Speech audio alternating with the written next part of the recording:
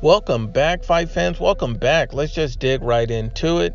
Now, this is somewhat of breaking news. This is directly from Eddie Hearn, where he basically states that Danny Jacobs and Canelo Alvarez will start mutual negotiations next week.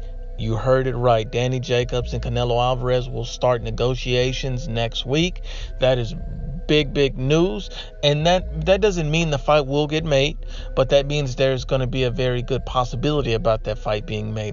What a lot of people don't realize is when Triple G and Canelo was working on the rematch, Triple G Canelo Part 2, they reached out to Danny Jacobs, made him a very small offer, because at that time Danny Jacobs didn't have a world title, but Danny Jacobs valued himself as a big money fighter. So to increase his value, and because Danny Jacobs, basically turned down that offer that Canelo had offered him.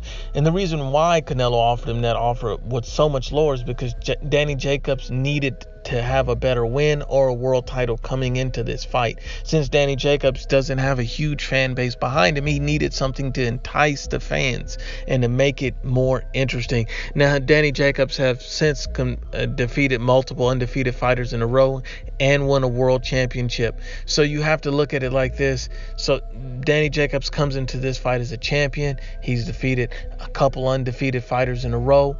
Danny Jacobs has momentum behind him to make that fight happen at this point. The reason Canelo offered him the fight in the first place, unlike biased media such as, Biased Eagle or Dante's Biased Nation, we're going to be honest and real about it.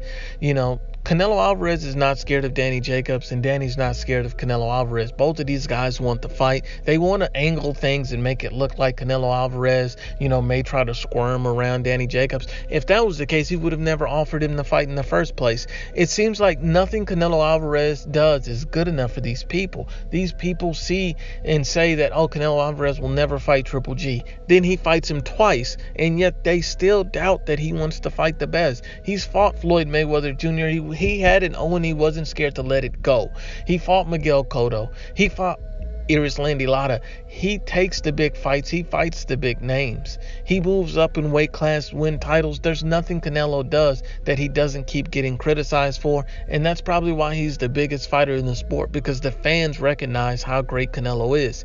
That doesn't mean if Canelo Alvarez doesn't take the Danny Jacobs fight that he's ducking. That just simply means there's another option on the table, and I can guarantee you it'll be another world champion or a big money payday, but most likely, because it's Canelo Alvarez, it'll be both. But let's be 100% honest and unbiased. Canelo Alvarez and Danny Jacobs starting negotiations next week is a very good and positive sign that we'll get the fights we want to see in 2019. Once again, unbiased as always, it's the IBFP. Please share, like, and you must absolutely subscribe.